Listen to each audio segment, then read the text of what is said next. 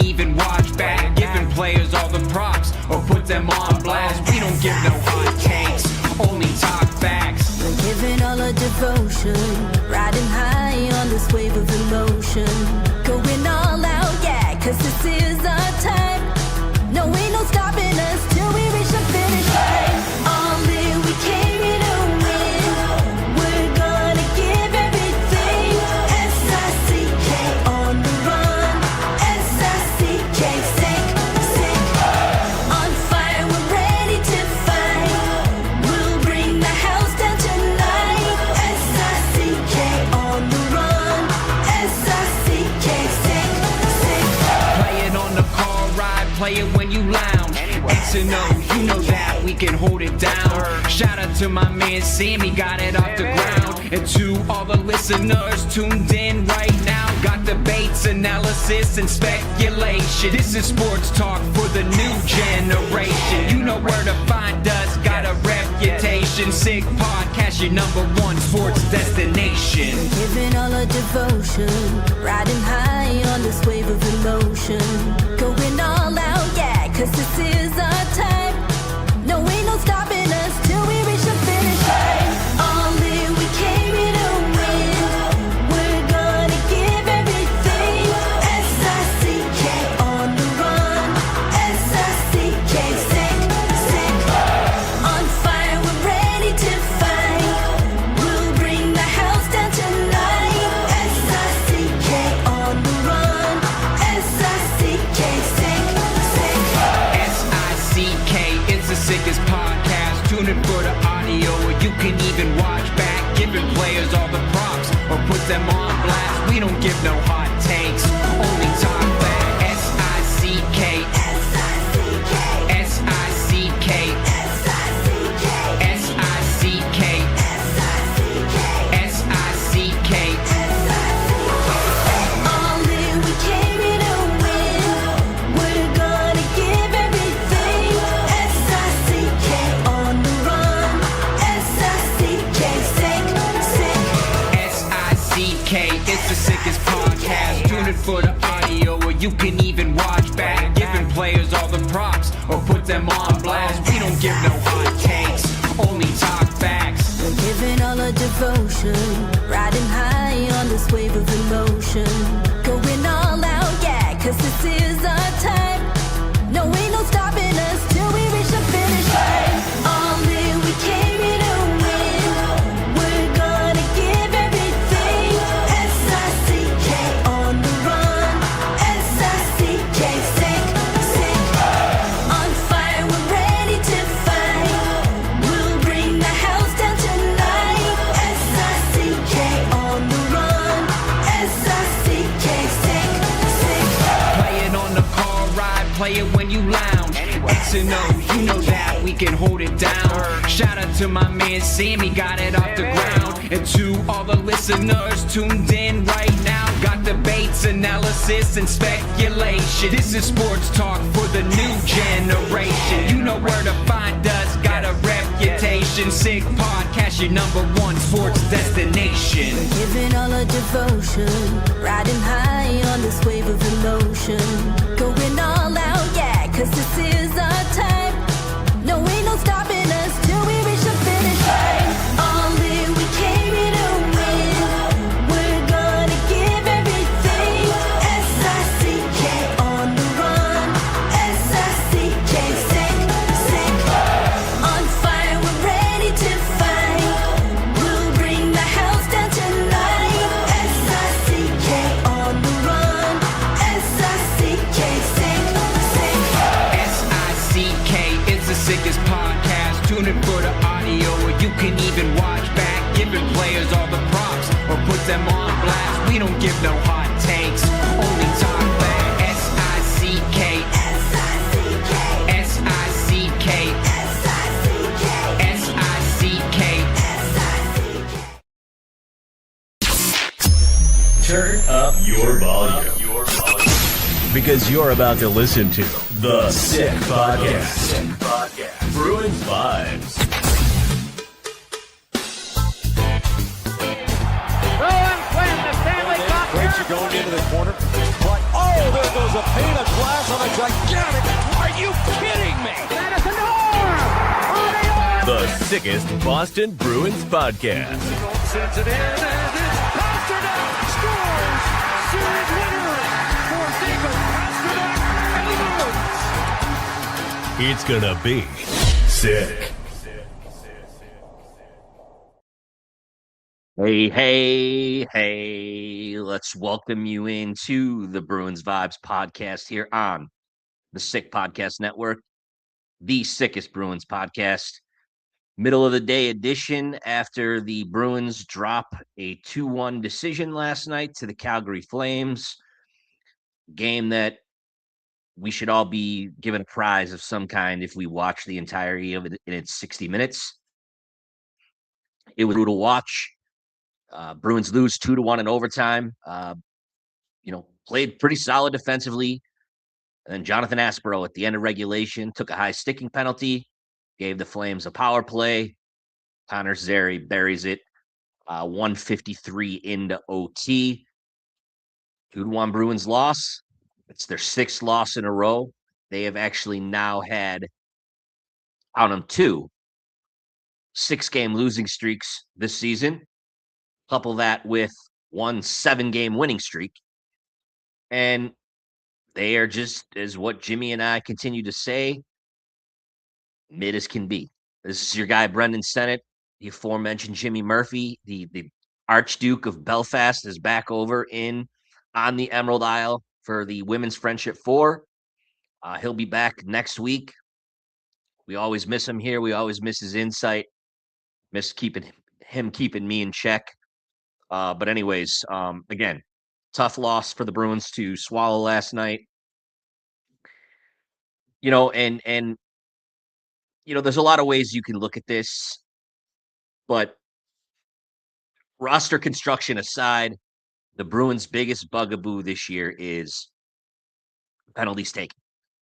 They've now taken an even 200 on the season. That's crazy. Most of them have been, stick violations.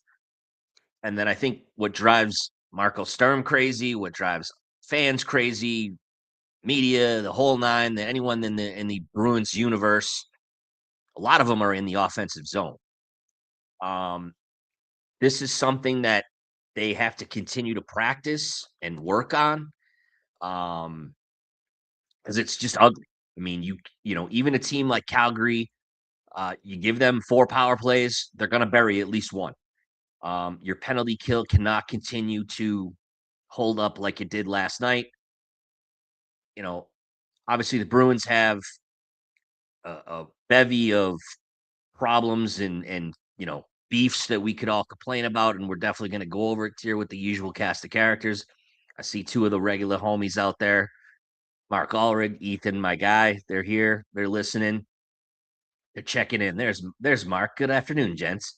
Nice work, Jimmy in Montreal, our outstanding producer. The penalties are out of hand. The offenses seem to have gone to sleep. I said this the other show, the last episode. This is a Pro Pasta show. This could be called the Pro Pasta podcast. But he's got to be better. Morgan Geeky's kind of cooled off.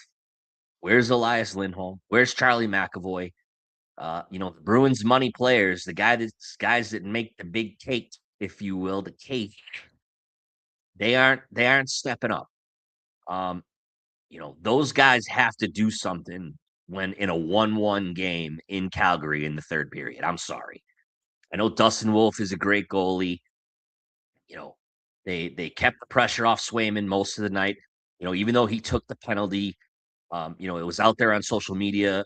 It's amazing what a steadying presence for a guy that just came onto the scene, and Jonathan Aspero is.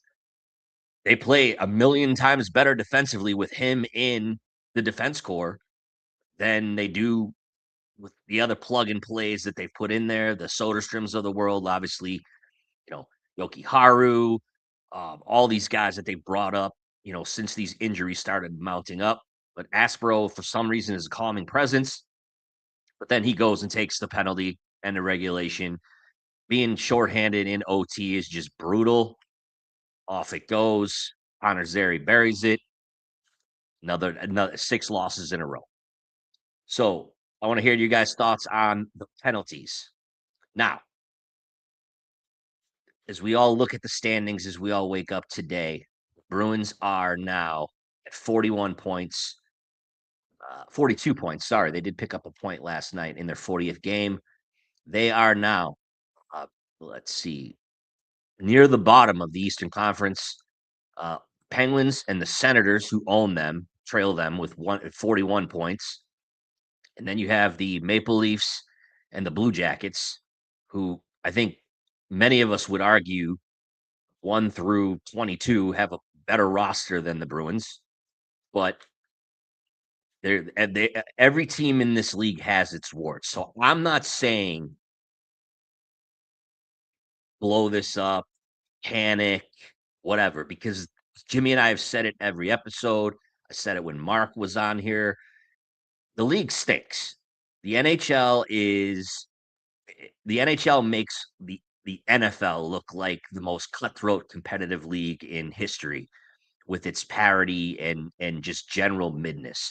You look at the standings right now, the Eastern Conference, Carolina on top with 51. Detroit, and again, shout out to my buddies all here, Jeff, Ron, Shane. I love y'all. I might have to start giving the Red Wings their props. They are playing well, and they're doing what teams need to do. They're beating the teams that they should beat. Questions about their goaltending aside, eyes are playing. If they're second in the conference come the Olympic break, Yzerplan's going to come back and do something. But then you have Tampa, the Canadians with the emergence of Fowler. I feel like we all have to take seriously. And then you get down to, the mid bowl. The Islanders at 46, Flyers at 45, the Capitals at 45. Now the Panthers, as they slowly start to get healthy, they're going to climb. They have 2 games in hand on teams like the Bruins and the Red Wings. And then, if Barkov comes back, all bets are off. But then you have the Sabres, who I know they're on fire. What are they at, 9 in a row now? Great. It's the 30th of December, and I know, and it's good for Buffalo, and their fans deserve it because their football team is as fraudulent as the day is long, and they basically have Boo Radley as their NFL coach. But Buffalo deserves this, but let's bite our tongues a little bit. They've gotten hot here, and they're relevant in the conversation with 44 points. Come on. Then you have the Rangers, who, Shesterkin could always be a factor. The Devils just got Jack Hughes back. Hopefully he stays out of, Chicago Cut or Morton's or any of these other high-end steakhouses where they give you a really sharp knife. Then we got the Bruins, the Penguins, Ottawa, Toronto, Columbus. Ottawa, 4-0 against the Bruins, has beat the living crap out of the Bees this year. But then you have this bizarre circumstance with Linus Ullmark going on, taking an indefinite leave from the team. So you don't know if it's family, if it's marital, if it's his head, who knows what's going on with that. But Ottawa, you cannot take them seriously. I don't take them seriously with Ullmark because we've all seen what the real Ullmark was here at his end of his time in Boston. But without him, they're going to be a disaster. The Penguins just made a move with Columbus. That's interesting. Denton Heining going back to Chekhov, or however you say his name, coming to Pittsburgh, guy that wanted out of Columbus for a while. And then you have the Leafs, who continue to underachieve. There's dissension in the ranks. They fired Savard. Berube wasn't happy. So what I'm going to throw out to you guys is staying the course and not trying to do anything silly right now the best thing that can possibly happen to the Boston Bruins? Because if you look at the World Junior Championships right now, 2 young gentlemen are dominating play there as the U.S. continues to win. Bruins prospect Will Zellers has 6 points, 4 goals, 2 assists. James Higgins has 4 points, 2 and 2. both in 3 games. Then you go up to Chestnut Hill, and the suddenly studly Dean Letourneau scored again the other night against Western Michigan. So I guess what I'm throwing out at you guys is, if the Bruins keep doing this, what about I know Christmas is just passed. I hope Santa was good to everybody. But what if Santa is waiting for all of us in Bruins Nation to bring us a real present, which is being near the bottom of the standings, still having guys like Pasta and Geeky and Swayman play well, but you lose a lot of 3-2 games, 2-1 games, 4-3 games, and they finish bottom of the East. They win the lottery, giving them the option to draft McKenna or Verhove. And then the Leafs also are in the lottery. And then their pick is between 6 and 10, so that the Bruins also get that pick. So in this dream Christmas miracle scenario, the Bruins have the number 1 pick, like the number 6 or 7 pick, and then all these guys on the come. Because you know when BC is eliminated,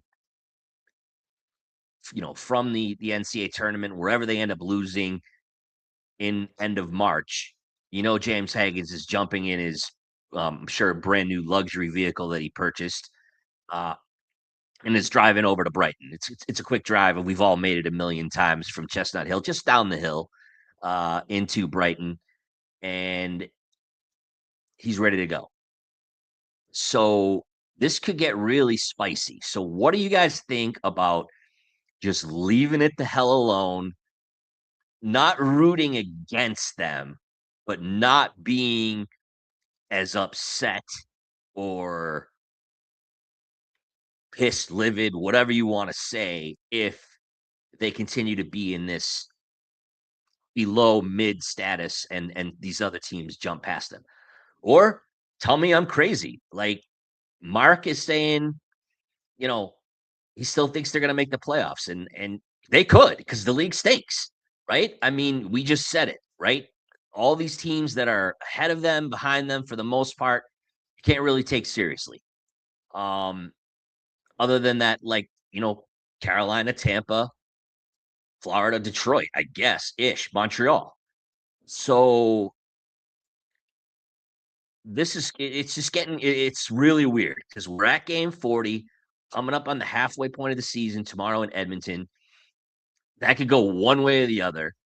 Either the Bruins are going to play free and loose and say, no one gives us any chance in this game, and they're going to shock the Oilers and end the streak, or they could lose 8-0. It could go one way or the other. But I guess what I'm asking all my loyal listeners out there, is this the right thing to do? Now, here's the other thing I want to throw at you. If this continues to go kind of south, right? The thing that scares me, and it's happened in time immemorial, since time immemorial in sports, since, Moses wore short pants,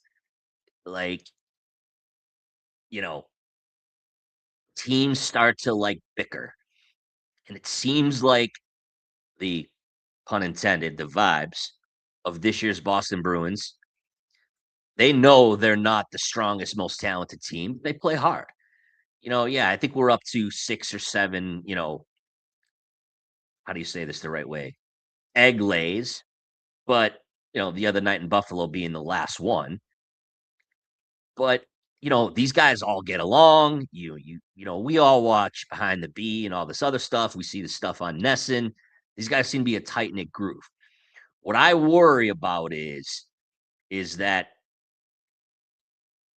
there's some infighting along the lines of what happened with the end of the Bruce Cassidy era, that Sturm, in trying to motivate and whatever, pisses off someone of value like Pasta, Hampus, somebody like that, and it ends up kind of fracturing what I think needs to be this core that can stay intact. Because look, the Felgers of the world and all these tool bags out there are gonna say, "Oh, when is this core done?" Blah, blah, blah, blah, blah. Well, they just blew up the last core. So how in a year and 40 games can you judge? Not even, this post trade deadline in 40 games this year. Like, let's see with help what Costa, McAvoy, Swayman, Hampus can do. Because, I was thinking about this too in the stay the course man scenario of them riding it out and crossing your fingers that all the guys we love as fans play well, but they still lose every night and they win the friggin' lottery to get McKenna or Verhoeven. But like, what if when these guys show up on the scene, like you can't assess core without them having other good players around them. I mean, Kevin Paul DuPont, the great Kevin Paul DuPont, wrote in his Sunday column. I mean, the Bruins still do not have a number one center. The teams that consistently win in this league, and Jimmy said it ad nauseum. He said it in his column. He said it on the eye test with Pierre Maguire, that you need a number one center in the NHL. You look at all the cup winners in history, dominant, 200-foot playing centers could drive offense. Yeah, Elias Lindholm's having a nice year. Gone kind of quiet the last couple of games, but I think that's just him because the whole team's not clicking and they're squeezing the sawdust out of their sticks. It's just, but what scares me is like I said, Sturm, and I still support the hire. No more Jack Adams for me. You call me a stubborn Irish guy because you wouldn't be lying, but he's got to figure this out one way or the other. Now, he was a little more complimentary with Brick after the game last night that, hey, they got a point out of it. They played hard, kept the puck out of the net for the most part, but got to keep down on the penalties, yada, yada, all the stuff that I've just said. But my point is, Sturm can't try these motivational tactics and whatever and end up pissing off one of the core so that the locker room, the dressing room gets fractured. And then, hey, like, I guess what I'm saying in a long-winded way is I don't want something to go south as to where Sweeney does something outlandish like trade Pasta or Swayman or even McAvoy. And again, I've been the hardest on McAvoy. Again, get him off the goddamn power play, right, Ethan? It's crazy.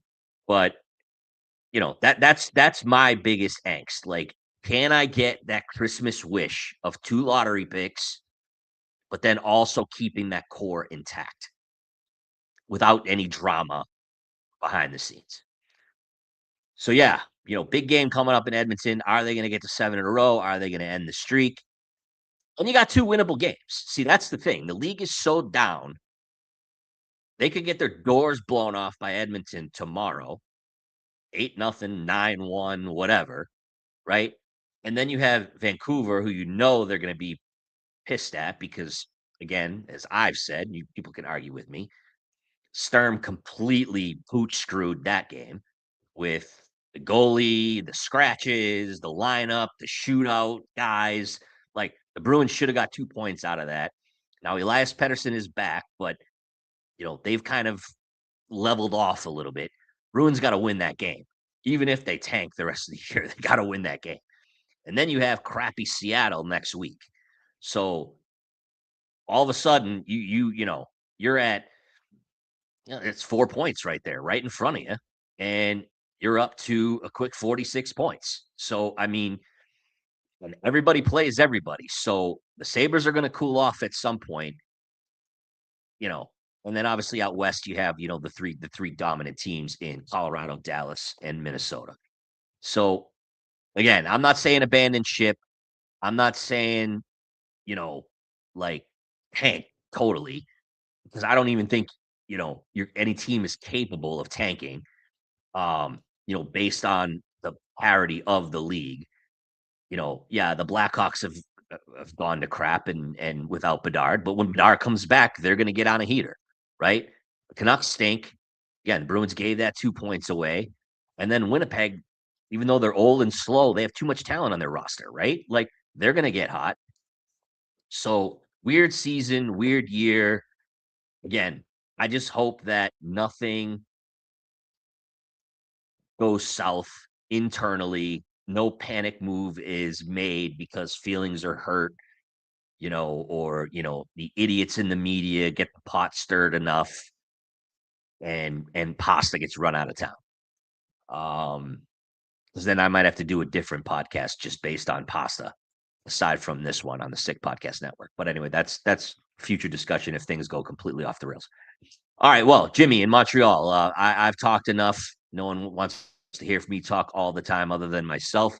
So, Jimmy, let's get to some of the listeners. There's Sarah 8377. Good afternoon, gentlemen. Sarah, thanks for being here. Appreciate it. Yeah, it's a pretty good afternoon. Where I'm at, it's about 9 degrees. It's balmy, with about an inch of snow on the ground. So hope everyone is getting some, decent weather. I know New England got hit hard with snow this weekend, so hope everyone's digging out of it. What else we got, Jimmy? There he is, the Archduke of the Bruins Vibes podcast. At Ethan Russell 5512, put H. Lindholm on PP1 to get his confidence back. Yes, he's not having a good year, right? I love Hampus Lindholm. The cut that you hear in our open of this show, Pasta with CBC's Chris Cuthbert on the call, burying that season, that series winning goal against the Leafs. That play where Hampus Lindholm made that pinball pass that he banged off the boards because he knew Pasta was going on the fly pattern. That was the icing on the cake that I knew that he was the Bruins' number one defenseman. And I just hope that, it's just rust from him being out such a significant period last year and that he's not like regressing. And that does happen with, modern medicine and technology today. I just hope it's not going to become a chronic thing with that knee and he's regressed to like a 4 or 5 defenseman. Still capable the way he's playing right now, but he's just not having a good year. Him and then the what did I text Jimmy the other night during the Buffalo game? Oh, the Lindholm Peak pairing is like drinking snake venom. It's just they got to break those guys up because it just always seems to go south when they're both on the ice. All right, what else you got for me, Jimmy? There's my guy at Mark Howard 4727. I'll bet the Bees still scratch their way into the postseason. And they could, man. I mean, Mark's the eternal optimist. He's the ray of sunshine that we all wish we were. You should all try to be like Mark. He's always positive. He's always happy-go-lucky. I'm not. I'm a curmudgeon at heart. Sorry. But yeah, I mean, if they stay healthy, and they all start clicking, I mean, they have another long 7, 8, 9 game winning streak in them if they all start playing well and all get hot at the same time because the league is so down. Hit me again, Jimmy. What else you got? At Sarah 837777. Do you trust Sweeney with the draft? So that's a great question. That's the 800-pound elephant in the room, right? And I'm starting to come around because, as look, I'm all over the place. I don't, I'm not. I've started focusing more on Hagens and Letourneau and all this other stuff, but you guys are the experts, the Ethans, the Chris's, the Marks, Jimmy, like they watch and read about way more minor league and amateur hockey, right, than I do. But I know that this draft is considered one of the best drafts in history. But lately, for all the bashing that Sweeney's taken, you have to give him credit for the guys that he's taken in the last 2 years and the prospects that he's acquired from these other teams. I mean, again, if the Leafs continue to stink and they don't get a top 5 pick in the lottery and Bruins get their lottery pick, that trade the getting Brandon Carlo for Fraser Mitten and that pick is going to go down as one of the all-time fleece jobs in the history of hockey. So, you know, to me, I think he'll do fine because it's such a crapshoot. And as Mark, when he filled in for Jimmy, made reference to, the scouting around COVID was bad because no one could go anywhere, and it started to come back because these guys can all see these players live. They're doing okay. For all the Lysels and Merkulovs and whatever, you got to like a guy like Loka Mellis. That's kind of that they've plucked from UMass, and again, these guys they've gotten in the deals. So, Sarah, I'm not gonna take the neutral answer. I'm gonna say, you know what? I feel like he deserves one more kick at the can with this draft. Now, again, if he manages to blow it all up, then all bets are off. But if he can build Hagens and these other guys around the core, the Swayman, McAvoy, Pasta, Lindholm core, I think he deserves another shot at it because I don't recently, it's like it was like me in high school. Sweeney's drafting. My grades started off really crappy, and then as I got closer to graduation, they got better. And I figured out I was actually pretty smart. But anyway, that's my answer on that one. What else you got, Jimmy? Mark Allred, 47-27. Did you see Sweeney's draft last summer? It was a home run. Indeed, it was. He did a hell of a job, obviously, getting the team to get that Hagens pick. And then some of the other guys they've taken, you got to give credit where it's due. I think that's one thing that Jimmy and I try to do. Jimmy's instilled in me on this show. You can't just beat a dead horse because you feel a certain way. You got to be impartial, and you got to give Sweeney credit for that draft last year. So again, that's why I feel like, to Sarah's question, he deserves another kick at the can. What else you got, Jimmy? Mark Allred, 47-27, consistently a top 10 GM in the league. Wow. Mark, did Sweeney leave you off his Christmas card list this year? Are you trying to get back in his good graces? Like, did you not get invited to the Bruins Christmas party this year, buddy? Come on. But kidding aside,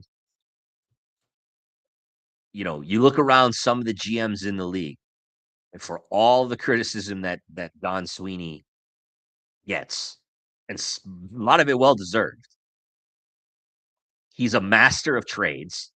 Like, if I'm a GM and Sweeney's calling and asking for somebody, it's got to give you pause, right?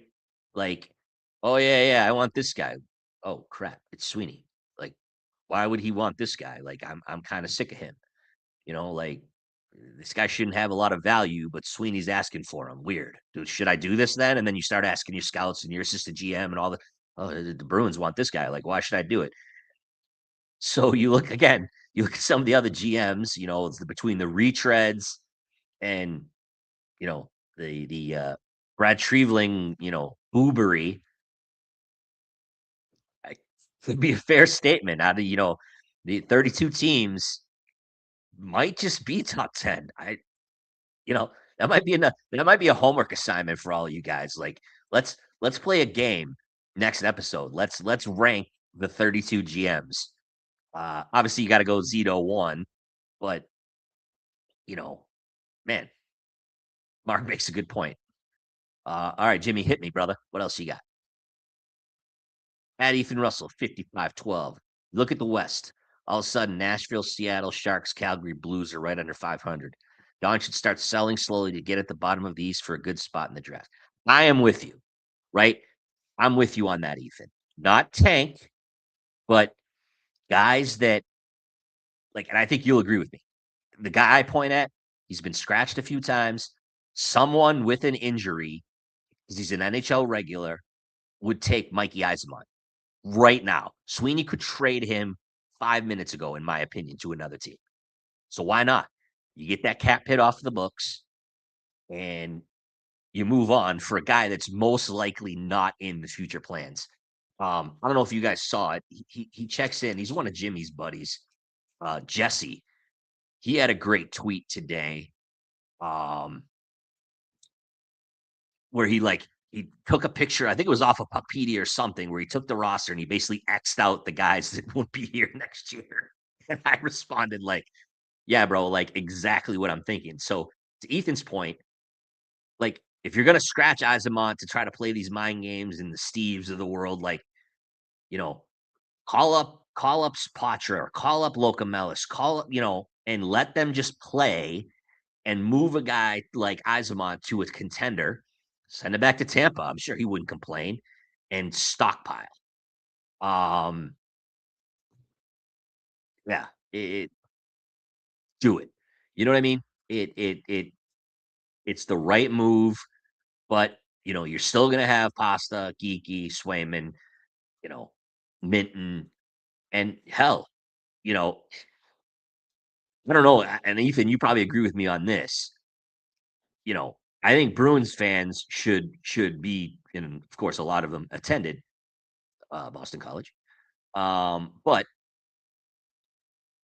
we should be Bruins fans should be rooting for BC to make a run because the sooner that Hagens gets to Boston, like it's happened before, right? Like he's gonna get out there with Pasta and just start serving apples and Pasta and Gigi. It wouldn't shock me if they went on this like stupid heater where like they become this like dominant line. I mean, I'm dating myself here, but remember when Joey Juneau showed up and it was Juneau, Oates, and Neely, and they lit it up when Juneau first arrived.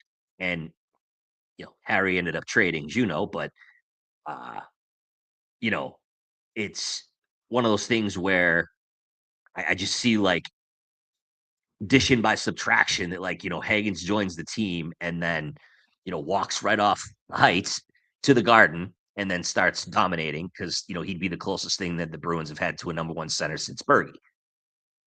Stranger things have happened. What else you got, Jimmy? At Ethan Russell 5512. It definitely seems as if the Bruins scouts have done a better job as of late. Zellers is a great example. Absolutely. And what I also think too, Ethan, is I think that, and it hasn't come out yet, and maybe Jimmy will dig into this or Dupes or one of the other writers, but like I honestly think that the coaching search is what kind of woke up the Boston front office because all these coaches that they wanted to hire, like wanted to talk to Sully and Talkin. Not that they really even had a shot at Sully, right? But like even in the conversations, these coaches were saying, Donnie, your roster's average at best, bro. Like you need help. There was an anonymous quote I saw where a current Bruins assistant said that when he came on the scene, started the season, it was one of the worst rosters he's seen. So, you're making what's that expression? Trying to make filet mignon with hamburger. You know what I mean? And it's just not. But I think enough people said it, and that's why they ended up finally on Sturm. Like, you guys got to improve this roster if you want top of the line, top 5 NHL coaches. You look what Talkett's doing with Philly, and I think they're gonna turn back into a pumpkin. But if they had a better roster, they might have gotten Tocchet. I know they wanted him. But yeah, that's a great point by you, Ethan. What else you got? Jimmy. At Mark Arnold 47-27. If the Bruins trade Pasternak, the team would be in a full rebuild. Continue this soft retool. Amen. That guy's smart right there. He's really, really smart. Mark Allred. Mark, you're smart. So yeah, I that is 100% soft retool. Get some of these studs up here and don't screw this up. Don't give away draft picks from this loaded draft. And the Bruins might be perennial contenders before any of us could even imagine. They might pull what the Patriots did this year. Maybe Hagens plays the role of Drake May. Who knows? Jimmy, hit me, brother. What else you got? At Ethan Russell 55-12. It won't be a fun game tomorrow. 6-2 Oilers. Ethan, I would 99.9% agree with you. But Skinner's gone. Jari's out. Um, you know what's funny? Sidebar. I have a normal day job, and I'm talking to a million people all the time, and I'm doing a million different things, and I got 2 teenagers and a wife who's a 3rd grade teacher, like all this stuff going on. I literally can sit 2 hours at my computer and not get one goddamn email, and I've gotten about 12 since I pushed the button on this, since Jimmy queued me up on this podcast. Go figure. Anyway, I digress.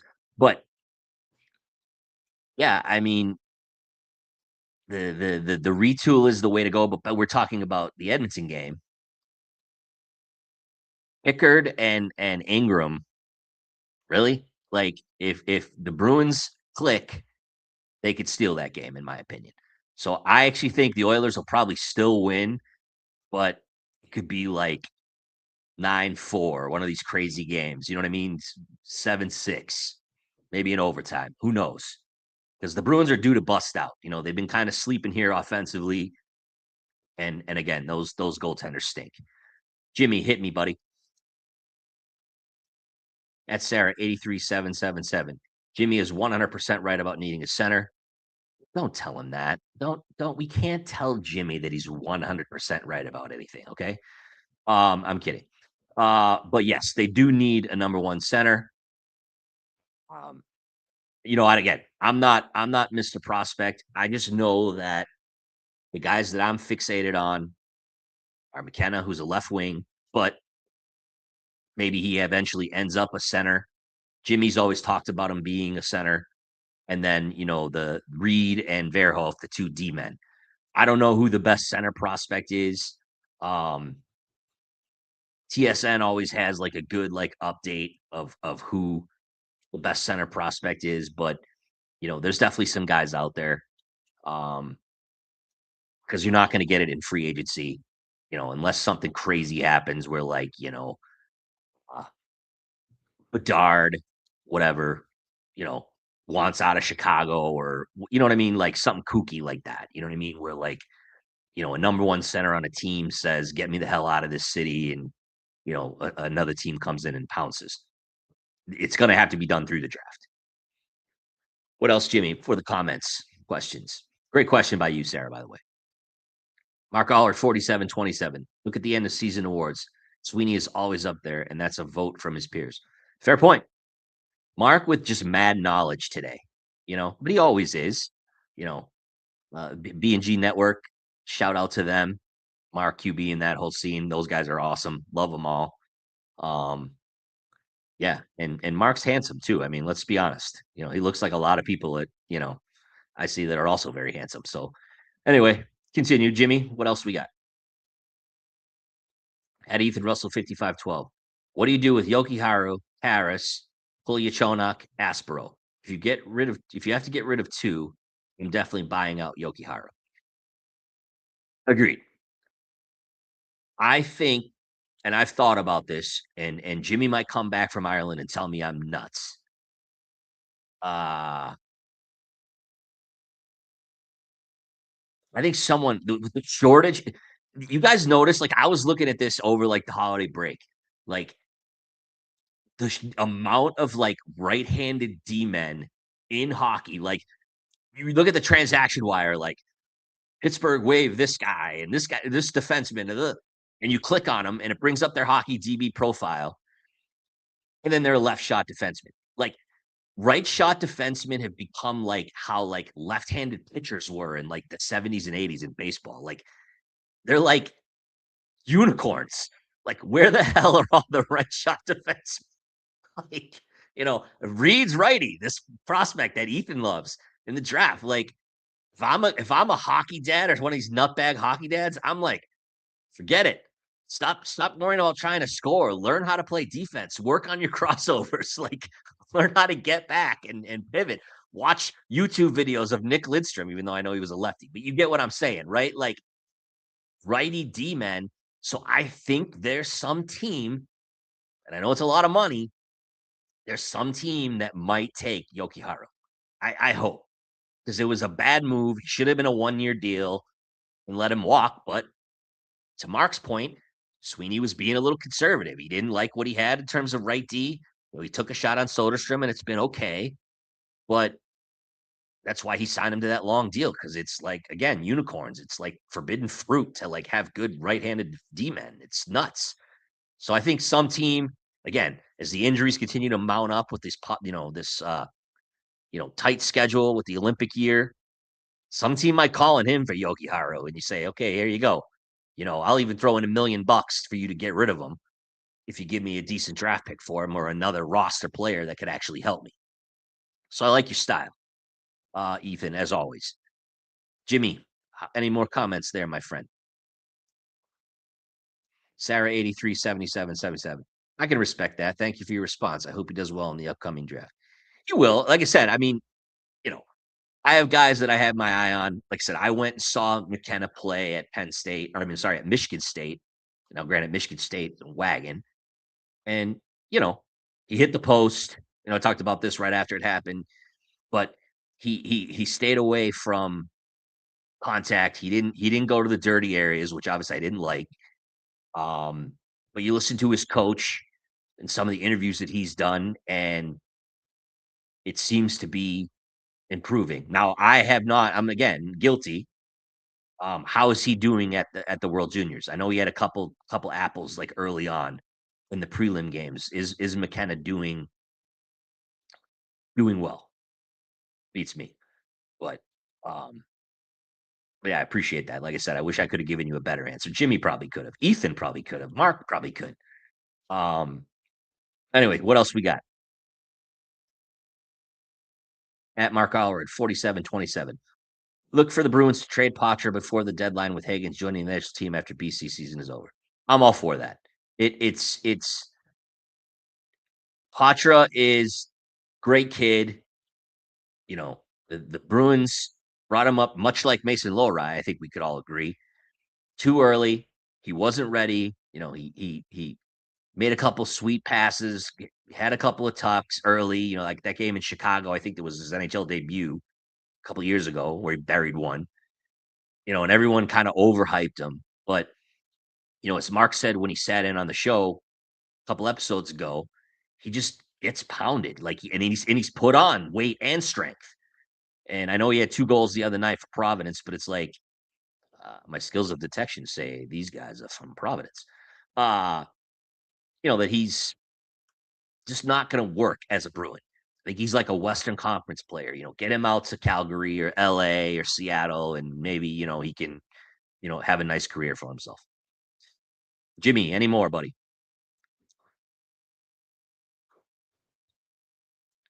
Mark Allred again, save the buyout windows for Corpusalo. Absolutely. That's the other thing, right? Like, you figure they're going to go Swayman tomorrow against Edmonton. He hit his 4-game lull. It looks like he went in the goalie Bob lab. They're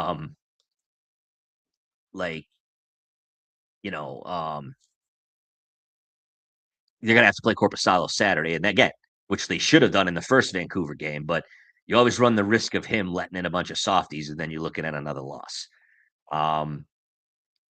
He's shown some flashes, but just not, and he's not good.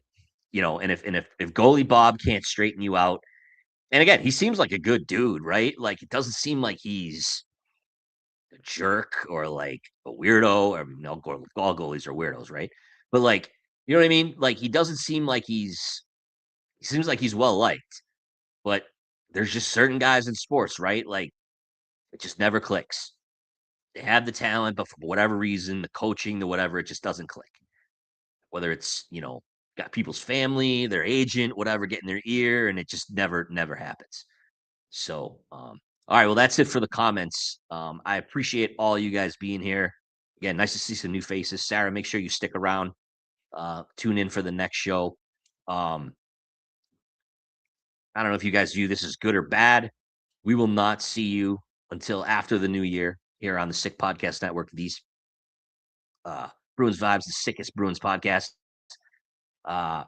With Jimmy traveling, people that work so hard at the Sick Podcast Network, they deserve some time off too. So, they're taking kind of the end of the year off here. So we won't be able to do a post game after the Oilers game, unfortunately. So we'll be back next week after the first of the year. So it'll be the Seattle game, and we'll probably end up doing one of these midday things because none of us want to stay up and do a post game show at 1:30 in the morning. So yeah, it might be a Bruins brunch episode for episode 29 after the Seattle game. So yeah, that's gonna wrap it up for me here. Want to say thanks to everybody. The usual contributors. Love you guys. Again, tell your peeps. We all network with each other. Let's help each other out as best we can. Tell everyone that's a Bruins fan to tune into Bruins Vibes. We love that you guys are part of the show, that you contribute. You guys know your stuff. I mean, great questions, great insight from everybody, and we want to grow that following. So, appreciate y'all being here. Thanks to Jimmy, the super producer up in Montreal. Glad you had a great Christmas. Happy New Year to you, buddy. Shout out to Jimmy and Pierre over in Ireland. Safe travels coming back. Happy New Year to you and yours. Shout out to the Sick Podcast Network, the Cavaleros. Thank you for all that you guys do. I am your guy, Brendan Sennott, on the Sickest Podcast Network. Bruins Vibes. Happy New Year. I'm out of here. And that's a wrap. Hope you don't miss us too much until next time. Follow the Sick Podcast Bruins Vibes on YouTube, Instagram, Facebook, Google Play, and Apple Podcasts.